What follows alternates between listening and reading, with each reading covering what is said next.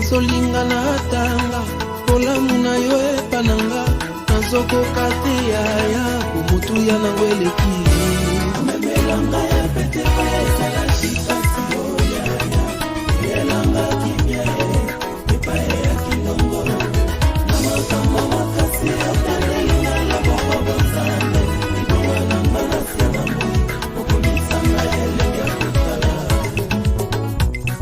hey makambo isinga bambule bele osilisa kona liloba moko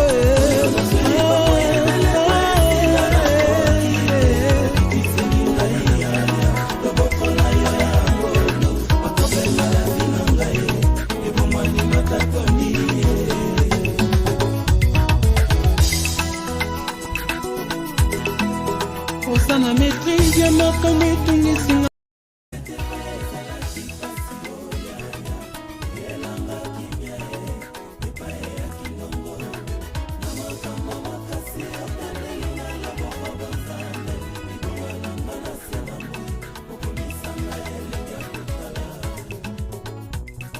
hey makambo isinga bambule bele osilisa kona liloba moko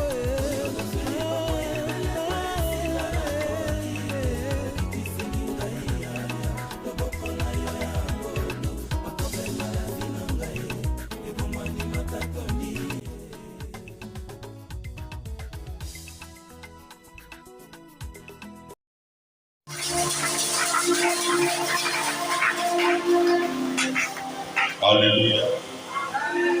Que le Seigneur Azara élevé. Je vais me faire assister un peu. Ça va beaucoup plus à l'aise.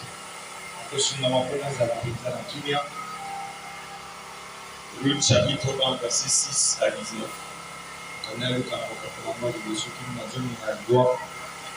Luc chapitre 1, verset 6 à 19.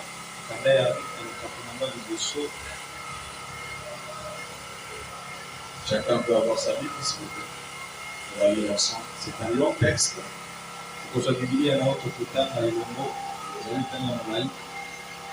Et c'est au travers de ces textes que nous allons nous entretenir ce matin.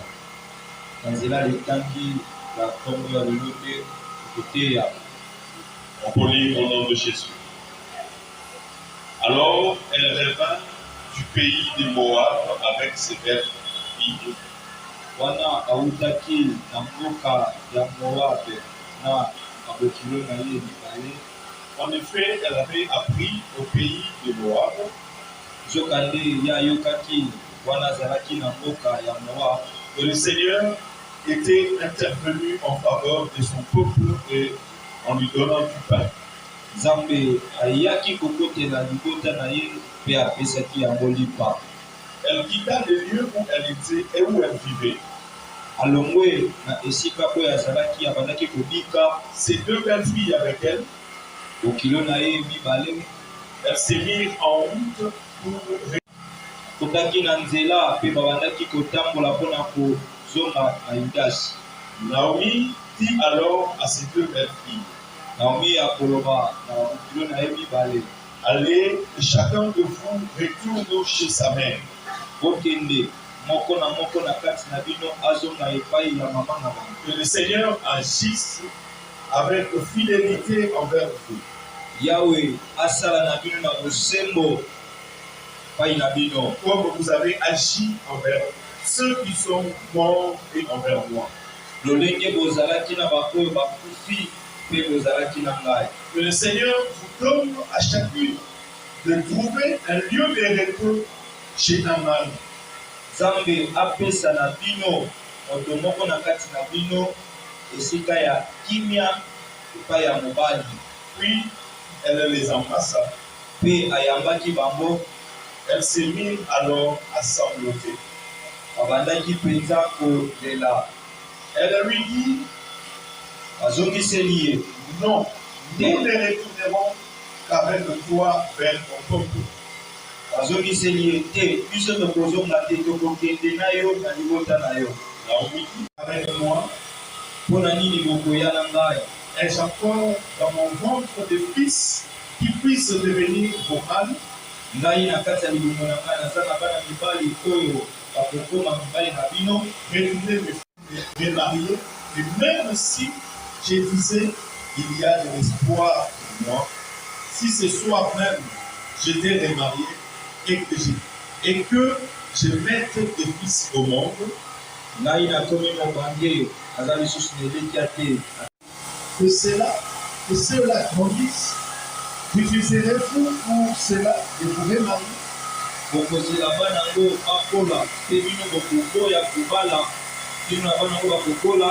Non, mes fils. Ton sort est plus amer que le bon. C'est ta femme. Elle semblerait encore. Un rite s'attacha à elle. Naomi dit alors, ta belle-sœur est retournée à retourne-toi aussi comme ta belle-sœur. Rite dit, ne me pousse pas à t'abandonner.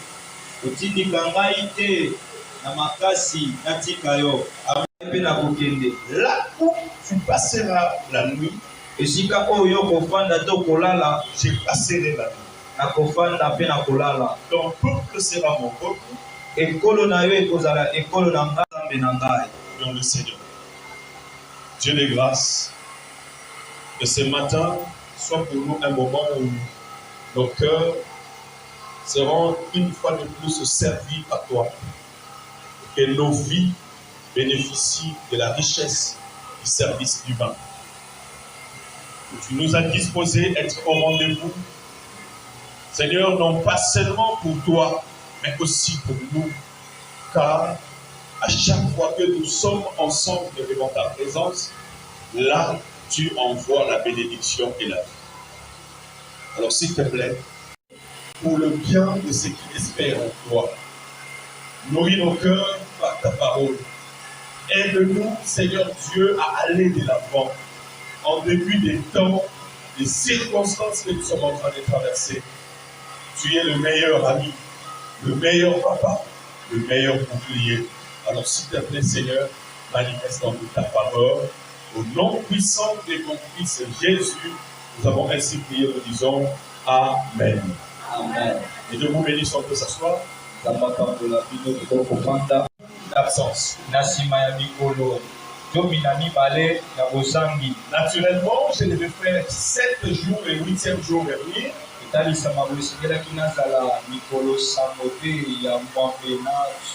Malheureusement, le vol de mercredi a été annulé.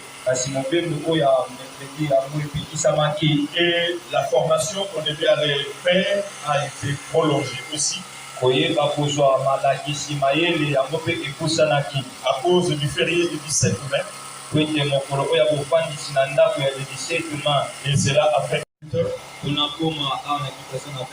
Arrivé chez moi à 23h30. Alors je l'ai fermé l'œil pendant 3 heures du temps et je me suis encore réveillé. Ma plus grande joie, c'était de vous retrouver encore. Parce que je vous retrouve, laisse que le Seigneur me bénisse simplement. Je bénis tous ceux qui ont eu à concourir à la vie de l'Église pendant mon absence.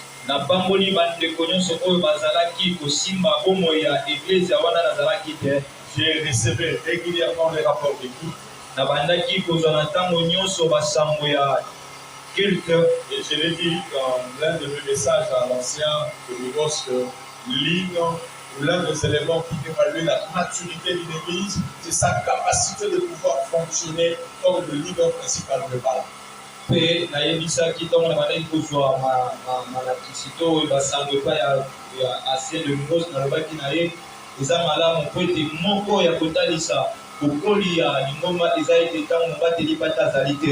moi, je suis convaincu que vous êtes mature. L'éternel ne guérira jamais. Même si le berger n'est pas là, l'église va continuer avec le berger suprême.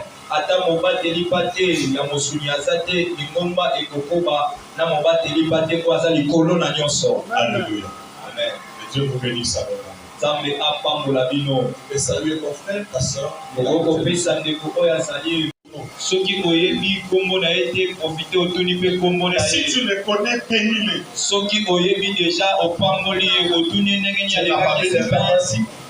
opamboli mpe kaka odeplace En tout cas, bénis plus d'une pesa personne. mbote na moninga oyo aza penepene na yo. La Bible disait, je suis dans la joie lorsqu'on me dit, allons dans la maison du Seigneur. ezali koloba nazali na esengo ntango alobi na ngai nakende na ndako ya nzambe. Alléluia. Alléluia. Amen. Qui parmi vous a salué beaucoup plus de fois ça? Nani kati na bino apesi bato mbote koleka moninga. Que ta bénédiction soit aussi grande. lipamboli na yo mpe ezala monene na kombo na yesu. Alléluia. Vous savez, dans la vie, isiba lipamboli mpona basusu alors Dieu continuera à vous besoin. nzambe akokoba na kokotisaka mpe lipamboli epai na yo. Amen. Amen. Je bénis Dieu pour une raison. napamboli nzambe mpona lokuma moko. Je suis parti en mission. nakendaki na mission Je suis revenu de la mission. nazomi na mission Personnellement, je n'ai dépensé aucun rond de ma propre poche. nga moko nabimisi eloko te na kati ya poshi nanga. Alléluia. Et là, j'ai dit à tout celui qui est en train d'investir, Dieu est capable de te donner de l'impôt. wana nazali koloba na bato nyonso babimisaka mbongo mpe batiaka ngo na makambo na nzambe nzambe aza na makoki kopesa bopemi. Alléluia. Dieu est capable de donner de l'impôt. nzambe aza na makoki ya kopesa bopemi. Il y a un temps dans la vie où on apprend à investir, à s'aimer. eza na ntango oyo oyo esengelaka na moto atia mpe alona. Ne confonds pas les temps dans ta vie.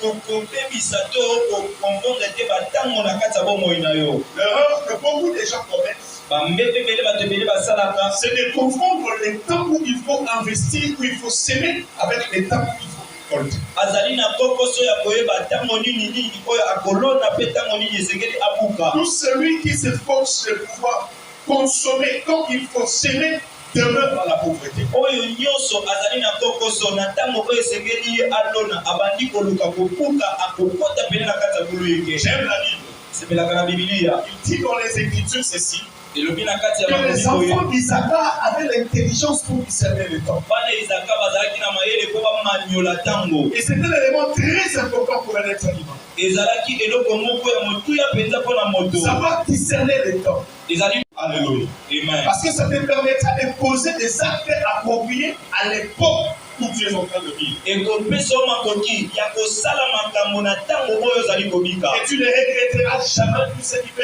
arriver dans ta vie parce que tu connais le temps.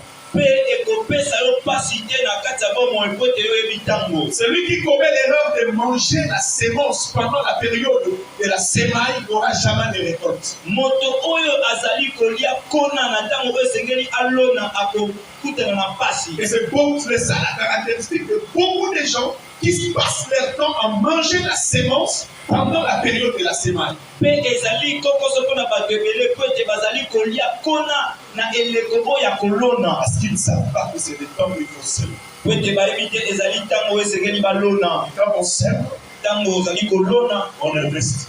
ezali ntango oyo ozali kopesa oyo ya On yo. s'aime, ntango ozali kolona on souffre. ezali ntango ozali konyokwama. Quand on s'aime, ntango on balonaka mange. bazangaka. Alléluia. Amen. Si tu connais que c'est le temps de la semaine et ce sont des caractéristiques de la semaine, tu ne vas pas pleurer parce que tu souffres.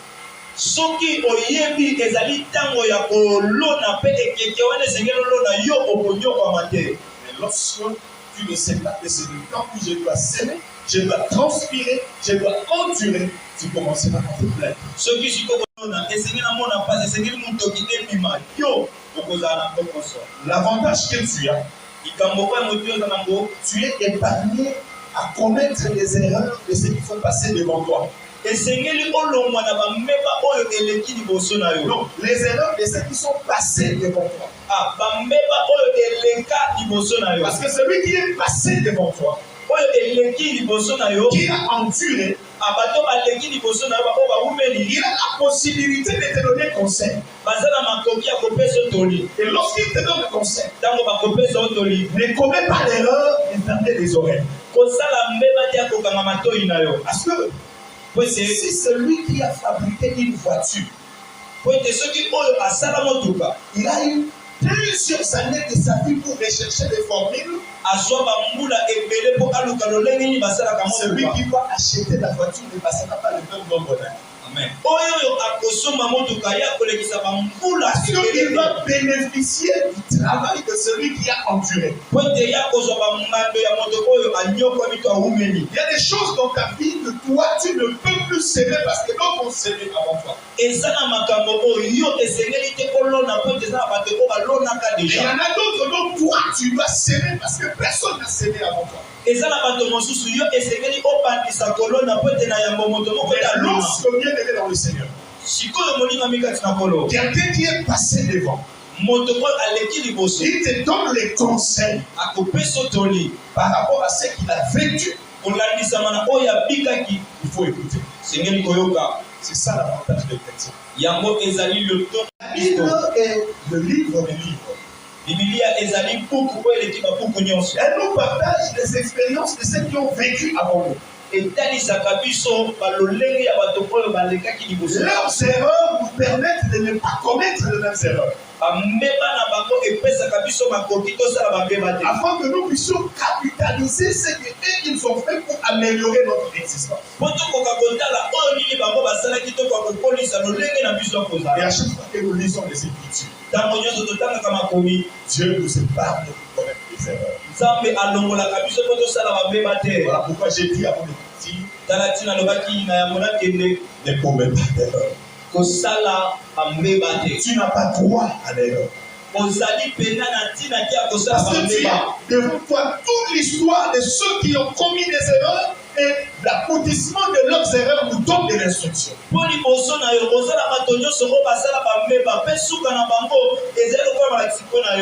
Et là, je vais vous parler de l'expérience de Ruth et de Naomi. Gardez toujours à l'esprit que ma pensée principale est Dieu peut assurer ton repos. Et ce matin, je vais vous parler sur l'engagement loyal.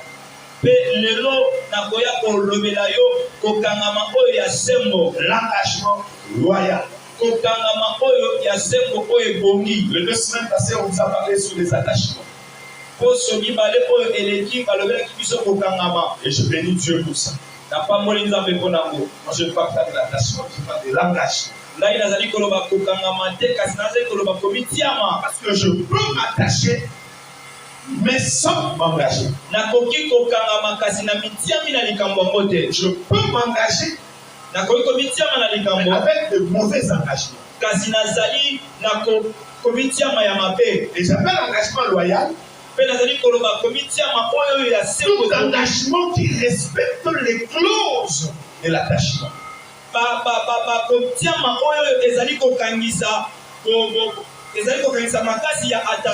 Alléluia. Amen. Je sais que le Nicolas c'est communauté. Ça je sais.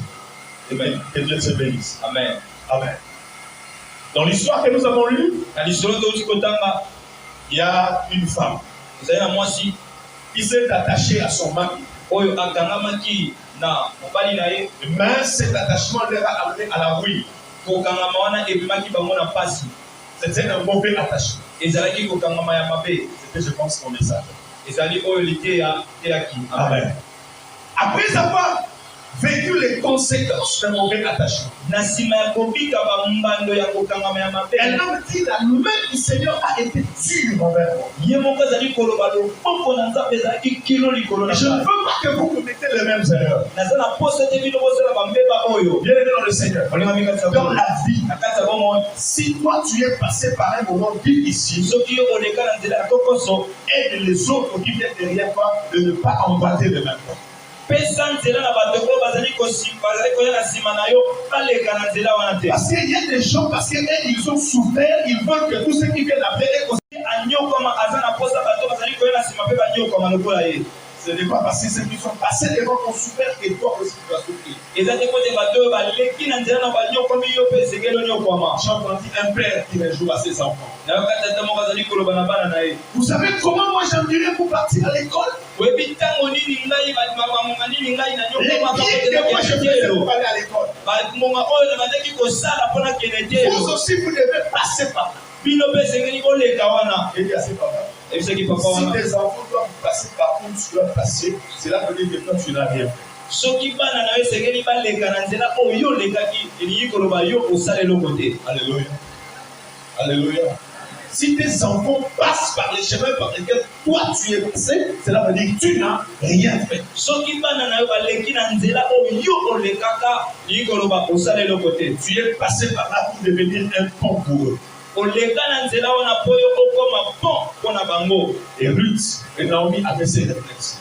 Naomi azalaki na lipanzo mpe Il dit déjà, ce que moi j'en dirais, je ne peux pas te pousser en dire. alobi oyo ngai na moni naza na posa te bino mpe komona yango. Oui, Naomi, quand tout est devenu noir, prend la décision de rentrer dans son pays. Na nsima Naomi ntango nyonso ekomaki molila kozwa mokano azonga na Parce qu'il a appris qu'après leur départ, Dieu a visité Bethléem. po ayokaki na nsima na bango kokende nzambe ayaki kopambola lisusu. Je vais un peu m'arrêter sur ce point-là dans ma présentation. Na kofanda mwa moke na point oyo na likia na ngai. Alors il va demander à ses belles filles, akoloba na bino na ya basi après avoir fait tous les cérémoniales, rentrer chez vous. na nsima ya koloba maloba nyonso akoyebisa bango ozonga epa na bino. Mais bien dans le Seigneur. koleka mikati na kolo. Ces filles-là sont venues auprès de Naomi, ce n'est pas parce qu'ils étaient des amis. bana basi oyo baye penepene ya Naomi eza te po ete bazalaki baninga. Ce n'est pas parce que c'était des frères et des sœurs de l'église. ezalaki te po ete bazalaki bandeko. Ce n'est pas parce que c'était des personnes qui parlaient la même langue. Ils sont arrivés tout près de Naomi parce qu'ils sont devenus des épouses des enfants de Naomi.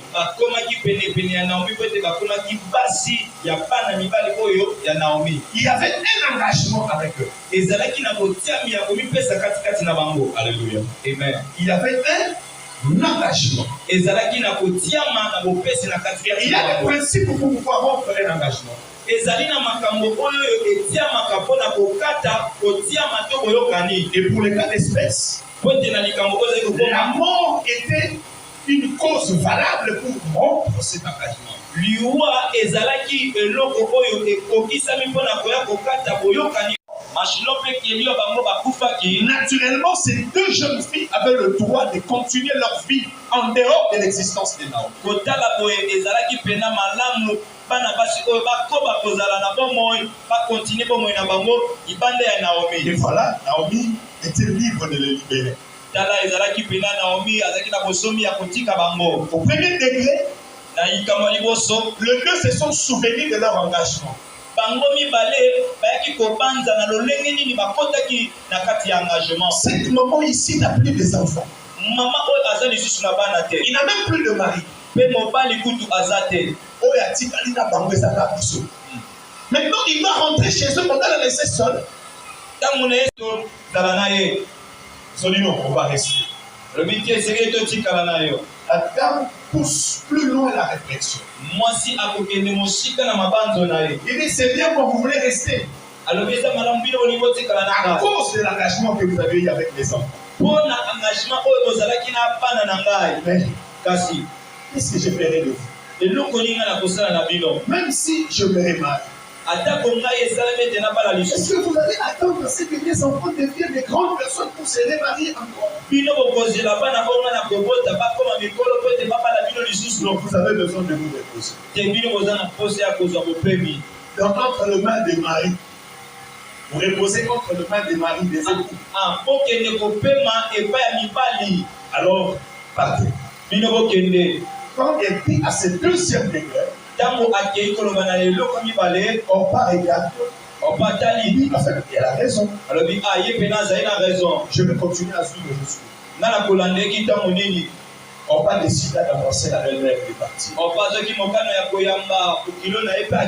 Mais au second degré, Ruth dit, même si elle n'a pas d'enfant, je ne reste pas avec elle à cause de la recherche d'un mari. Mais je reste avec elle pour la cause de son fils qui est mon mari. ngai natikali mpo na ye na ntina ya mwana na ye ya mobali oyo azalaki mobali Si na son ngai. fils était là, Soki mwana na ye azalaki il wana n'allait pas l'abandonner. alingaki asundola ye te. Aujourd'hui, son fils n'est pas là. Lelo mwana na ye aza te. Moi, je suis l'épouse de son fils. Ngai nazali mwasi ya mwana na Je mobali. ne peux pas l'abandonner. Ngai nakosundola ye te. Là où elle va dormir, Bisika oyo akolala je vais aussi dormir. ngai mpe nakolala. Si elle sera enterrée, Soki akokundama je serai enterré avec elle. ngai mpe nakokundama na ye. Dorénavant. Kobanda lelo Parce que j'étais lié à son fils. lokola ngai nakangamaki na mwana na mobali. Son Dieu Nzambe na ye est mon Dieu. komi nzambe na nga. Et son peuple Ekolo na ye est mon peuple. ekomi mpe ekolo na ngai. Plus rien ne va me séparer de toi. Eloko moko te kokabola ngai na yo. Lorsque Naomi réalisa enfin la loyauté de l'engagement de Ruth, Ntango Naomi atali sikawa osomi mpe sembo ya kokotisa na kati ya bokangami ya Rite, Naomi n'avait plus rien à dire. Naomi azalaki lisusu na likambo ya koloba te. Parce que lorsqu'on est devant un engagement loyal, il n'y a plus un mot à compléter, mais ce sont les conséquences de l'engagement qui commencent à agir. Po ete soki okotisama mpo ezali sembo eza lisusu na liloba moko te koki kotiama etikali sikoyo bambando nde esengeli elanda. Bien-aimé, c'est l'image de l'engagement d'un chrétien vis-à-vis de Dieu qui est devenu notre épouse à l'égard, notre époux à l'égard de la dot que Jésus a donnée. Ezali elilingi ya mokristo oyo azali komipesa na elilingi ya nzambe oyo akomi mobali na biso na nzela dot oyo ya kristo. Et Dieu donne à l'Église des chrétiens qui ont ce sens de la loyauté dans leur engagement. Nzambe apesa na eglise bakristo oyo bazali kokotisama makasi ntango esali makambo ya kokangama. Et si je descends à l'Église, je me dirais Soki nakiti na eglise na koloba que Dieu donne à cette Église des frères et des sœurs qui ont le sens de cet engagement loyal à l'égard, comme l'engagement de Ruth. Nzambe apesa na kati ya eglise basi mpe mibali bapre mpe base oyo bazali na engagement lokola ya Rite. Vous savez, Ebi chaque jour de notre existence, kolo nyonso ya bomoi na biso nous vivons des abandons, tozalaka na kati ya bato oyo batikaka makambo basundolaka. des retraits. Bato oyo bazali Et kotika lorsque vous analysez les faits, soki otali makambo yango les arguments qu'ils sont en train de donner, bamakambo oyo bato bazali kotika bazali ces kopesa arguments lokola tiennent batina la route. ezali batina oyo eza na nzela. Alléluia. Orpa avait raison de dire je pars. Parce que l'argument que Ruth Naomi a présenté tenait la route. Orpa azalaki na raison ya koloba na nkei po ete lolenge Naomi abandaki koloba ezalaki na nzela. Kasi Malgré que la raison peut tenir la route, atako tina oyo abandaki koloba il ezalaki y na avait dans nzela, Ruth le sens de rester accroché à l'engagement qu'il avait pris. ezalaki na kati ya Rite kotikama oyo kolandisama na oyo akotaki Et lokola. ça, c'est un exemple à suivre pour les chrétiens et pour l'Église. Wana ezali ndakisa ya kolanda mpona bakristo mpe eklesia. Rester fidèle à son engagement, quel que soit les temps, quelles que soient les circonstances. Kotikala sembo na makambo oyo mikotisa ondima atako batango mpe bangonga. Que personne et rien ne vienne te convaincre pour pouvoir relâcher à ton engagement. Moto moko te eloko moko te eya kondimisa yo mpo kotika likambo oyo ondima. Il y a beaucoup de gens bien aimés dans le Seigneur qui sont caractérisés par la lâcheté. Vous allez m'excuser les termes trop grossiers, mais ils sont des lâches parce qu'ils ne veillent pas à aller jusqu'au bout de leur engagement. Eza na bato ebele oyo bolitika mpo te baza na mposa te kokende kino na suka ya kokotisama na bango. Lorsque tu prends un engagement, il faut s'assumer. Ntango yo ondimi mikotisa na likambo esengeli ondima bambando nyonso. Quel que soit le vent, quel que soit le marais, tu dois t'assumer. Ata mipepe to bambonge esengeli ondima makambo ekokomela Parce yo. qu'un engagement reste un engagement. Po ete komikotisa na likambo yango etikali mpena oyo Et ce que vous devez savoir, c'est quoi? oyo esengeli koyeba eza nini. On peut avoir de la légèreté vis-à-vis d'un engagement lié aux hommes. tokoki kozala na kokipe te par rapport ya komikotisa oyo tozali na bato. Mais ne tombe pas dans le piège d'avoir la légèreté vis-à-vis d'un engagement que tu as avec Dieu. kasi komipesa pamba te kolandisama na komikotisa oyo ozwi na nzambe. Écoute-moi bien. yokanga malamu. Mais Dieu n'est pas notre ami. nzambe azali moninga na biso te. L'église n'est pas un lieu d'amitié. Eglise ezali lisanga ya baninga te. C'est d'abord la famille de Dieu. yango ezali libota ya nzambe. L'union des hommes et des femmes qui ont un contrat avec Dieu. Tu es ici pas parce que tu as un contrat avec un pasteur. Ou encore avec un frère. Tu es ici parce que tu as un contrat avec Dieu. Écoute-moi bien. C'est un piège pour un homme de prendre à la légère un engagement sacré. C'est pas moi qui le dis, c'est les Écritures. Beaucoup de gens aujourd'hui sont dans une véritable, un véritable désert seulement parce qu'ils prennent à la légère leur engagement vis-à-vis de Dieu.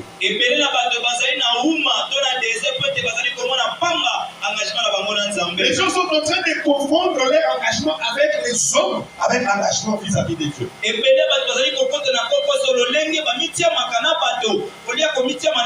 Lorsque tu prends alliance avec Dieu, si tu veux que cette alliance pose des bonheurs de bénéfices, reste loyal. Respecte les clauses. Que sur la terre, il n'y a rien de nouveau. Alléluia. C'est pourquoi je voudrais dire que la Bible nous aide à capitaliser les erreurs de ceux qui sont passés devant nous pour ne pas tomber dans les mêmes erreurs.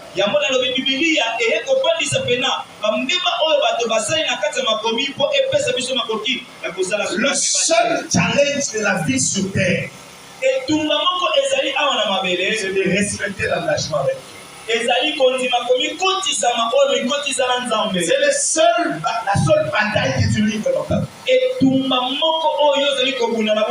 C'est le respect de l'engagement avec Dieu. Et dans cette bataille, il y a un adversaire. Et l'adversaire s'appelle le diable. C'est pas moi qui le dis, c'est la Bible. Votre adversaire, le diable, rôde comme un lion rugissant.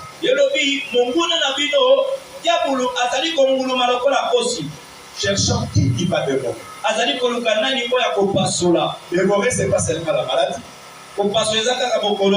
Dévorer, c'est pas seulement la pauvreté. Ce n'est pas seulement le célibat.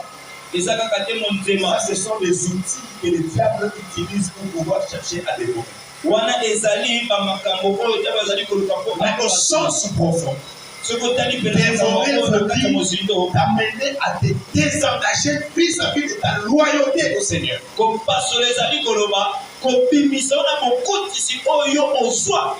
La machine du diable travaille jour après jour pour amener les gens à devenir déloyaux dans leur engagement.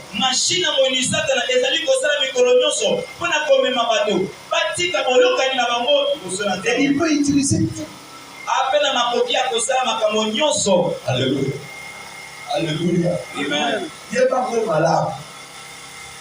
Nous sommes les autres maladies qui ont un objectif mort. Et Kabolayo, la Boyo, Kani Malam, Nanzami, le moyen est. Et les Canadiens à Bad, et les Canadiens à Bad, et les Canadiens à Moussala, et les Canadiens à Kilasi, et les Canadiens à Maladi. Nous sommes, et Tinda Nayamo Gezali, et les Misaboyo Kani Nayo Nanzami. Et on vous fait ça. Je suis convaincu, je suis persuadé que rien ne peut me séparer de l'amour de Christ. Alléluia. Et il va commencer à citer. Parce qu'il savait que toutes ces histoires arrivent dans la vie d'un homme, pas pour viser le corps, mais c'est pour viser l'esprit, l'âme de la personne.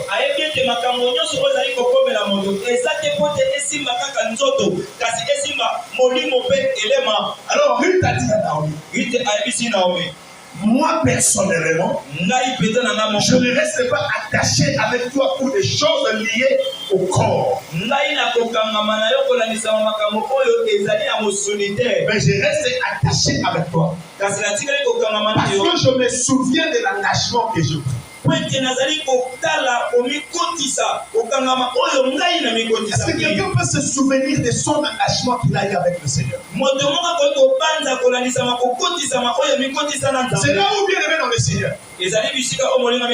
Dans l'église, nous avons deux types de personnes. Il y a des personnes qui sont à l'église parce qu'ils ont pris un engagement avec Dieu.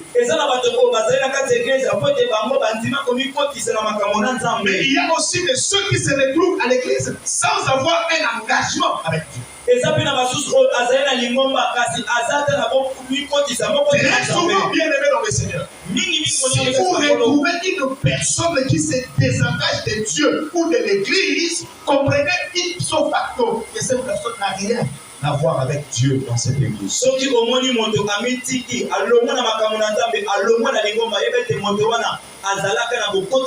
Comment vous pouvez mettre Dieu parce qu'un pasteur, un frère, lui a causé un problème?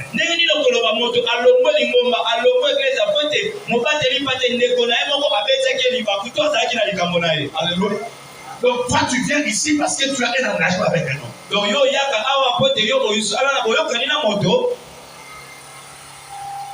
Si c'est ça, tu peux aller chez lui. Parce que celui qui va te récompenser, c'est tout ce que tu es en train de faire, c'est pas un homme, mais c'est Dieu. Je me pose la question de savoir. Où sont les frères et les sœurs qui devaient occuper ces bancs et ces chaises? Si vous avez parlé avec eux, ils vont vous donner des raisons. C'est à cause de. C'est à cause de. C'est à cause de. Que Dieu les bénisse abondamment parce qu'ils sont les descendants de Orpa. Amen. Les descendants de Orpa sont prêts à donner des explications pour justifier leur abandon.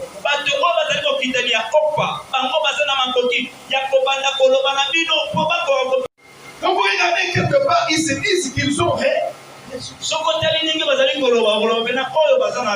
Ne sois pas de ceux qui sont dans la lignée des descendants de Orpa. Parce que Orpa, l'histoire s'est terminée au chapitre 1er, c'était terminé. Mais si tu veux être de ceux-là qui sont dans la lignée des Ruth, nous sommes des étrangers. Nous sommes des Moabites. On peut nous compter parmi ceux qui sont dans la lignée messianique.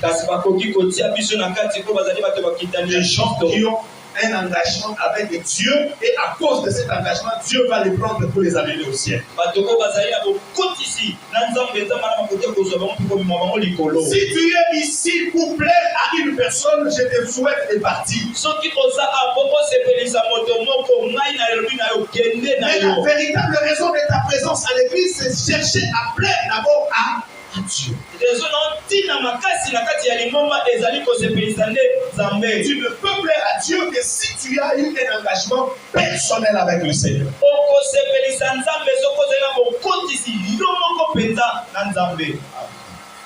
Alléluia.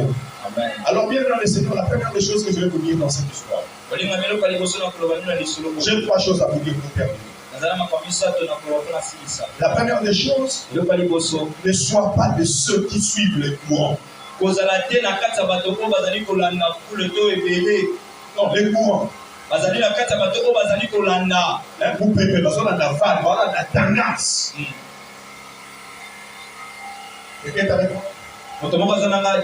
Ne sois pas parmi ceux qui ont l'habitude de suivre les courants. De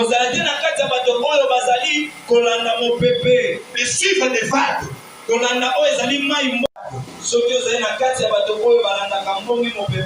vas finir encore plus sur le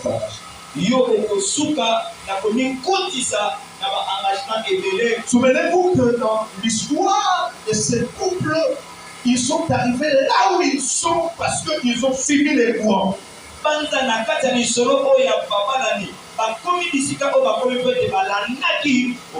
Elimelech avec sa femme reste chez eux. Et ils entendent qu'à Moab les choses vont bien. Amen. Parce qu'ils ont entendu que là-bas ça commence à payer. Là-bas ça commence à donner des résultats. Ils se permettent de se désengagement de Juda personnellement à Bethléem pour aller séjourner dans un pays étranger. étrangers pour la simple et bonne raison côté qu'on a au Kaouki, côté qu'on les offre. bandimi kolongwa na kati ya boyokani na bango na kati ya Yudas na Bethléem po bakeli na mboka ya mwa te balaki kuna ezali ko. C'est qui tue beaucoup de gens aujourd'hui. Parce qu'ils se comportent comme des poissons. Ils suivent le courant.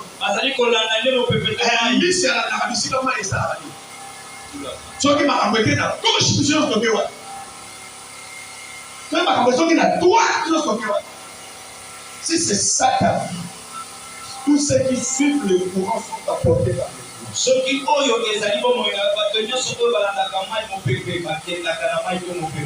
Vous savez, s'il y a un peuple inconstant, moi personnellement, ce sont les Congolais les Guinois en particulier.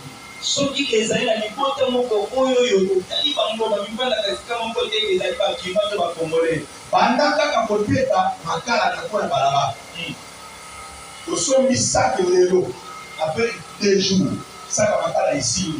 Ok, sous alléluia. Au fumuli la cabine, les lots d'appoint. Parce qu'il y a un Tony, parce que ça va crédit. Alors, j'ai recherché la méga. Il y a après 1 semaine, voisin diagonal à fumuli la cabine. Il parle à nous.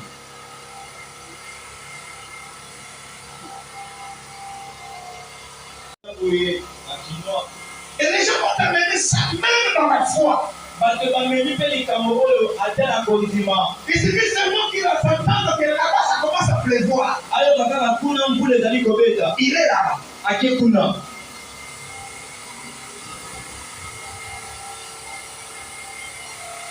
Amen. Alléluia. Non, c'est la tendance. C'est le vent. Vous devez savoir une chose. Par contre, prenez le temps de réfléchir pour discerner le temps.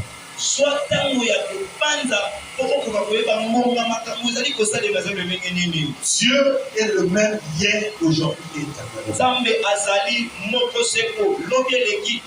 Il y a beaucoup de gens qui sont en train de chercher leur bénédiction ailleurs, alors qu'ils ont abandonné ce qui devait concourir à leur bénédiction pour la simple raison qu'ils sont en train de suivre les tendances.